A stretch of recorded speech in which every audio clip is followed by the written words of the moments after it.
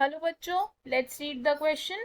The question says explain why prokaryote population can adapt rapidly to changes in their environment. Question में हमसे पूछा है कि जो प्रोकैरियोटिक पॉपुलेशंस होती हैं वो चेंजिंग एनवायरनमेंट को रैपिडली अडेप्ट कैसे कर लेती हैं. तो सबसे पहले क्या करेंगे, हम इस क्वेश्चन का की कॉन्सेप्ट समझेंगे. इस क्वेश्चन में हमारा की कॉन्सेप्ट होगा prokaryotic organisms.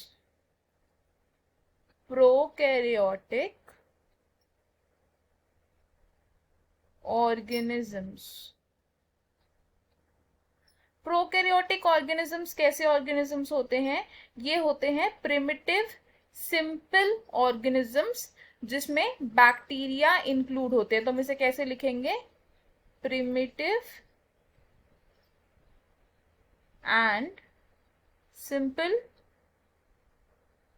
organisms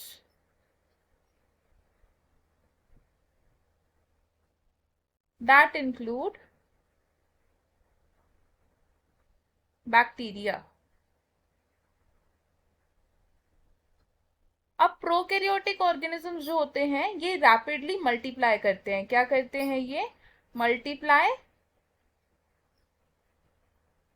rapidly. Rapidly multiply और रैपिड रिप्रोडक्शन से क्या होता है, ये प्रोकैरियोटिक ऑर्गेनिजम्स क्या कर लेते हैं, जो फेवरेबल हैबिटेट्स होते हैं उनके, उनको कोलोनाइज कर लेते हैं. They colonize favourable habitats.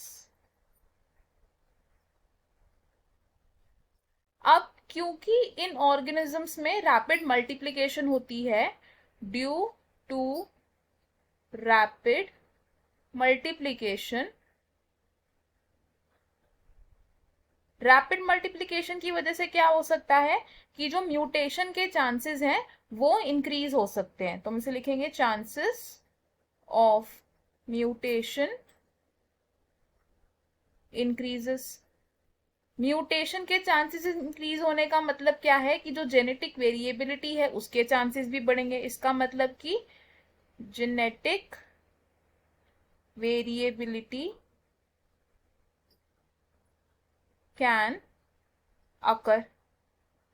अब जेनेटिक वेरिएबिलिटी आएगी तो उसकी वजह से क्या होगा, जितने भी न्यू ऑर्गेनिजम्स डेवलप होंगे या जितने भी न्यू ऑर्गेनिजम्स प्रोड्यूस होंगे वो अडेप्ट कर लेंगे अपने आप को, वो इवॉल्व कर लेंगे खुद को चेंजिंग एनवायरमेंटल कंडीशंस में सरवाइव करने के लिए. तो हम इसको कैसे लिखेंगे? जेनेटिक वेरिएबिलिटी की वजह से न्यू ऑर्गेनिजम्स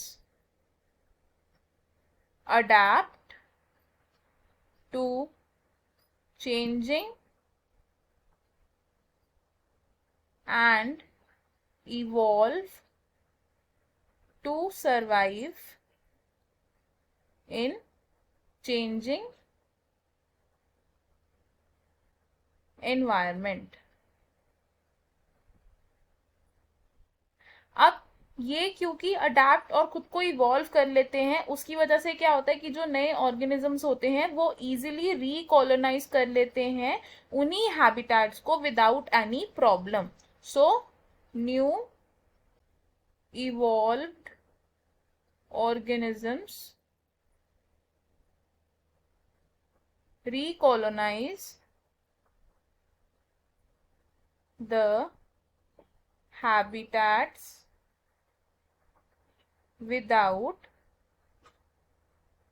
any problem.